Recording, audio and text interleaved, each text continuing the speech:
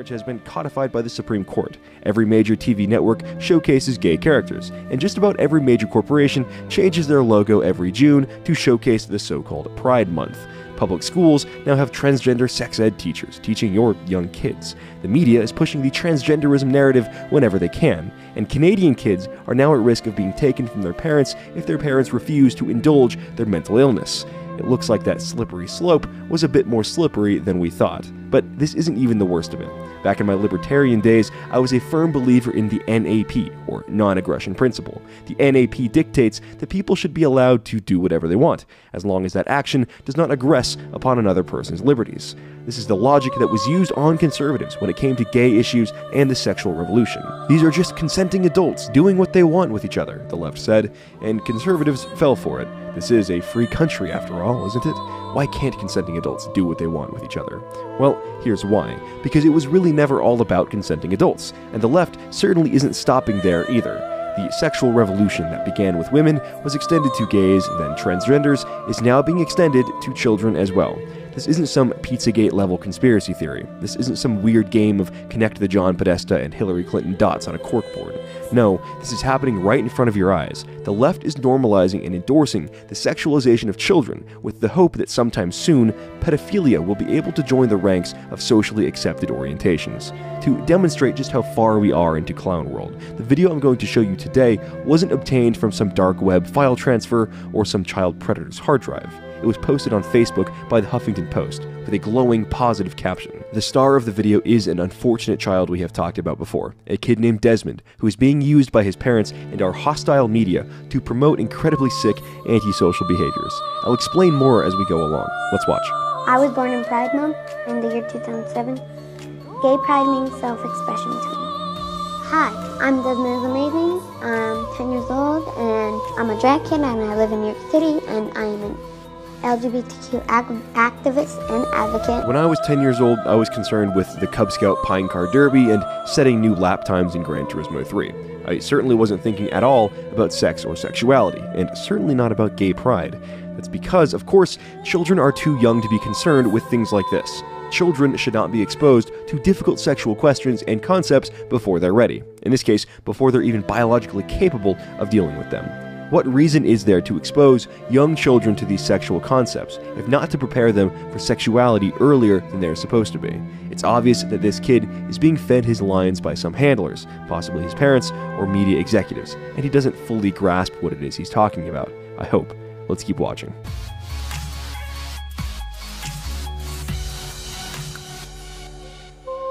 I discovered that I wanted to drag when I watched the first episode of RuPaul's Drag Race. When I was 2, then I moved on to like little dresses, then I moved on to making outfits. Alright, let's start with the fact that this kid's parents were letting him watch a show about drag races when he was 2 years old. 2-year-olds are still developing their understanding of the world, and the adult themes present on a show all about men dressing in drag are clearly inappropriate for children of that age. Also, the fact that he was watching these programs indicates to me that no, this was not a natural thing this kid went and did. He didn't do it on his own volition. His parents are pushing him into this and enabling this behavior. Young boys may find themselves putting on girls' shoes or playing with a doll or something like that. That doesn't mean it's time for the parents to take him in for gender reassignment surgery and turn him into a little girl. It's the parents' job to correct this behavior and remind the young boy that girls' clothes are for girls and set him back on the right course. Leftists. So I've been watching the political discourse around the mainstreaming of LGBT people for a long time. And when you've been watching that conversation as long as I have, you will remember that in the 1990s, 1980s, 1990s, whatever, the forces within the Republican Party that wanted to keep gay relationships on the fringe or as highly stigmatized social relationships would use this talking point of, oh, well, you know that gay normalization is the portal to bestiality, and then the portal to pedophilia. And as gay marriage and gay couples have become more mainstream, the American right wing, particularly after the Supreme Court gave gay marriage legitimacy legally in the states, have shifted their hysteria, but with the same talking points, towards transgender people and transgender children in particular, and gay children who do drag. So when I'm in these fucking debates with these alt-righters on these different platforms, they almost immediately, when they come upon this issue and why this issue is a malignant issue, a malignant force in a society, is that your more mainstream gays and more mainstream transgender people are provocateurs. They are subversives. They are gateway to normalizing pedophilia, as though homosexuality, again, it's such a poor correlation, because the majority of, statistically, based on the research and data we have, the majority of pedophiles are cisgender, heterosexual men, generally, who are married with children. That's statistically what we have here. We don't have a plague of drag queens raping children. We don't have a plague of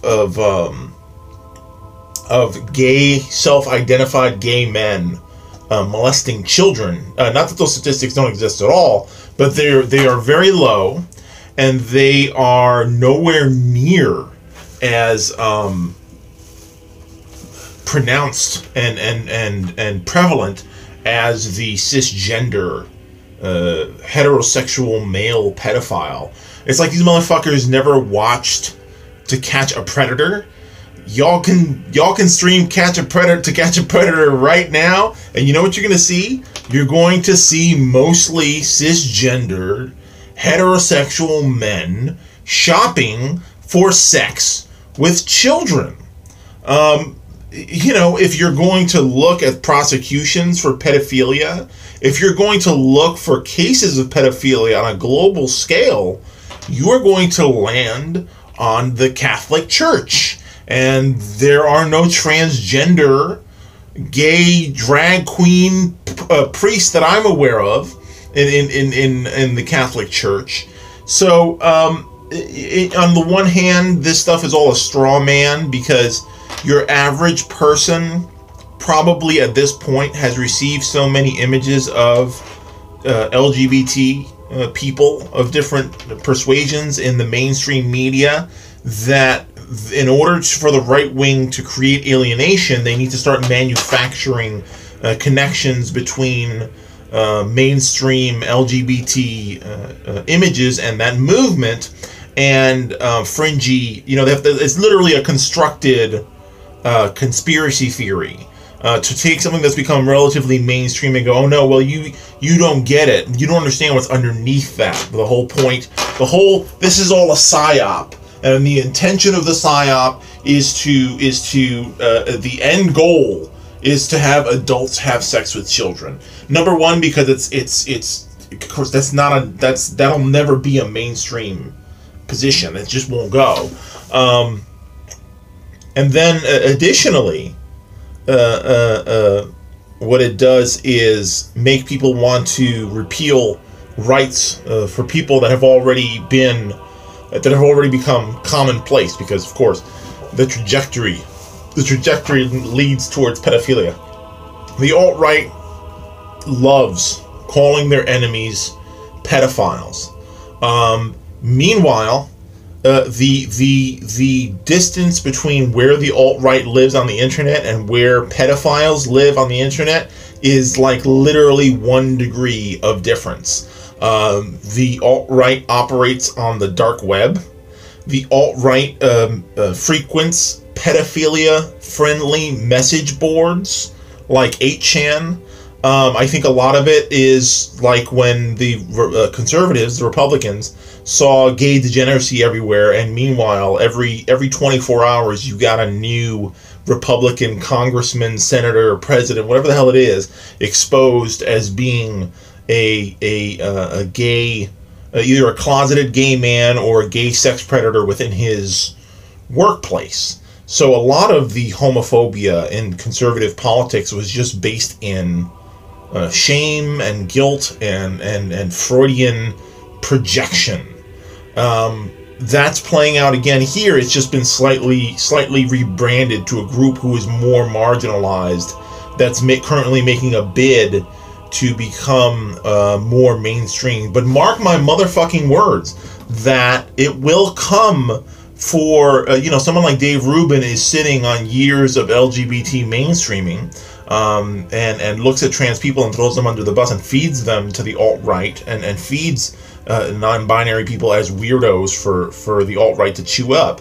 But I guarantee you that the alt-right program of cleansing sexual degenerates will not stop at trans people. They'll just start there, and then they'll work their way back until the MAGA Gestapo show up at Dave Rubin's house and impose a state-enforced wife on him.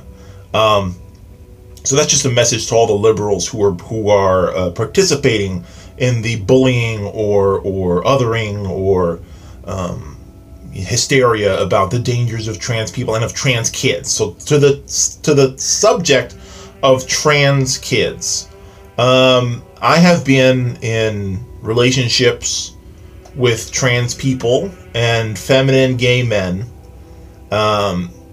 and have had long discussions about when in their life, just like any cis or hetero person, when in their life they realized who they were in terms of gender identity or sexual orientation or preference. And I don't mean in an active sense, meaning that they should act on it or anything like that. I'm just saying in terms of, how kids get crushes on other kids. Kids don't really have a sexuality. They have an affinity for other kids. And sometimes that affinity is for kids of the same gender, and sometimes that is for kids of the same sex. And I think in that wholesome sense, we should be aware that not every little boy has a crush on little girls, and not every little boy is excited to play with G.I. Joe. Some boys like Barbies, and some boys like Little Mermaid. I had a partner who talked about being a big fan of The Little Mermaid growing up, and getting abused by one of his parents for singing the songs from The Little Mermaid in an effeminate way. These were like Orthodox Christian Latino parents. So kids know who they are. Kids know who they are, and to that extent, as long as they're not being groomed to express sexuality in a way that is engaging with grown-ups, we shouldn't shame kids for basic gender expression. We shouldn't shame kids for basic recognition of where their affinities lie on Valentine's Day and which kid they give a heart to. These are harmless, innocuous things that are never questioned when cisgender boys assert masculinity or when cisgender girls assert femininity. That's gender expression. And as a matter of fact, it's very mainstream to encourage your children to express their gender. It's not this essentialist thing of like it's programmed in all the way. Your kids, a lot of gender is performance, it's expression, and a lot of kids get curtailed or shamed or terrorized when their expression is not cis and their expression is not hetero. It's not that they don't realize that they're gay or ready to be trans when they're 20 or 18 or 16 or whatever it is. They've been that since they were 10, 8, earlier. It just was a feeling, and it was vague, but it was there just like anybody else. When you're a cisgender person, you know your gender identity, even if it's in kid terms. You know your affinity, right, which will eventually become sexuality, right? You know whether or not you have a crush on girls or you have a crush on boys if you're hetero. That's the same thing with trans kids. They know who they are, and obviously they deserve the same deference to express themselves. And I'm not talking about them engaging in sexuality physically. I'm talking about just basic gender expression, just expressing, mom, dad, this is who I am. That's healthy. You shouldn't tell your kids that and again, if it changes over time, whatever. Like kids change their minds, people grow and change. Sexuality is fluid, gender is fluid. I just don't think that we should shame and terrorize children for expressing a basic part of human identity. I think that's very, very destructive. So every time that I'm in a debate with one of these alt-writers, this kid Desmond is amazing gets thrown in my face. And my answer to Desmond is amazing is good for her, him, her. I should have done research before this to get the proper pronouns, but I believe it's her. At the very least, when in drag, it's definitely her. Because I'm not sure if Desmond is amazing is just a drag queen or a transgender child. I think that Desmond is amazing is just a drag queen, not a transgender person. So I get Desmond is amazing thrown in my face as the left enabling pedophilia. Now, I'm not a big fan of pageant kid culture. I wasn't a big fan of the big wave of toddlers and tiaras. Little Honey Pie or whatever the hell her name was, the little white trash beauty queen from Toddlers and Tiaras. I'm not a big fan of children's beauty pageants because I'm not a big fan of the general ethics and psychology of beauty pageants. But the conservative culture in America is very comfortable with, particularly conservative Christian culture is very comfortable with pageant kids, child beauty queen culture. And if that's fine, then I cannot comprehend why meaning that if child beauty queens who are cisgender girls can glam up without it being sexual, and it shouldn't be sexual. If a little girl puts on makeup and puts on a little dress and does her hair, and you go, this child is being sexual, you are projecting your sexual desires onto this fucking child.